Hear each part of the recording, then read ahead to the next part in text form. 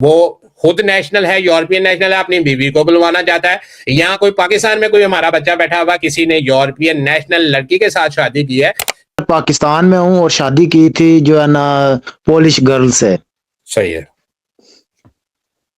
तो सर शादी हमारी इधर हो गई है, लेकिन वो वापस चली गई है। लेकिन अभी जो है ना कुछ समझ नहीं आ रहा कैसे अप्लाई करें, क्योंकि शादी वाले केस जो है ना इधर पोलिश एम्बेसी बहुत ज्यादा रिफ्यूज कर रही है।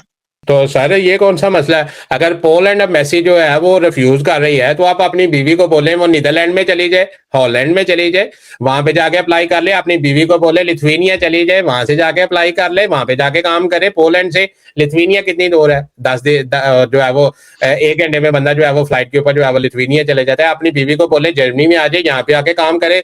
6 महीने में आप जो है वो यहाँ 5 महीने में आप यहाँ पे आ जाएंगे। नीदरलैंड में चले जाए, 2-3 महीने वहां पे काम करे, 1 महीने में वीजा जो है वो आपका अप्रूव हो जाएगा, नीदरलैंड में चले जाए।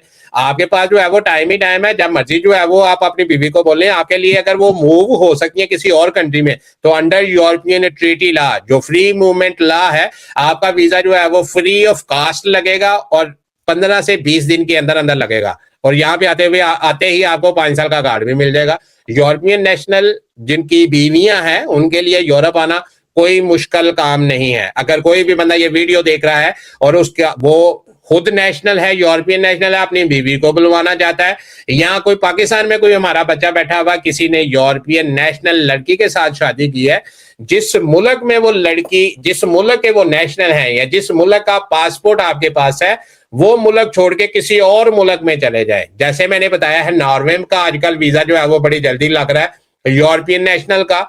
आयरलैंड का वीजा बड़ी जल्दी लग जाता है, यूरोपियन नेशनल का। फ्रांस का वीजा बड़ी जल्दी लग जाता है, यूरोपियन नेशनल का। आयरलैंड का वीजा बड़ी जल्दी लग जाता है, यूरोपियन नेशनल का। और साथ में लिथुआनिया का वीजा आजकल बहुत जल्दी लग जाता है, यूरोपियन नेशनल फैमिली मेंबर का। तो इनमें से किसी भी कंट्री में आप अपने फैमिली मेंबर को बोले मूव करें, वहां पे जाके काम करें, अंडर यूरोपियन ट्रीटी लॉ जो है वो आप वीजा अप्लाई करें। डॉक्यूमेंट कोई नहीं देने पड़ते, बहुत कम से डॉक्यूमेंट देने पड़ते हैं, और वीजा भी जो है वो टक करके जो है वो 15-20 दिन में फेवरेबल वीजा लगता है। क्यों?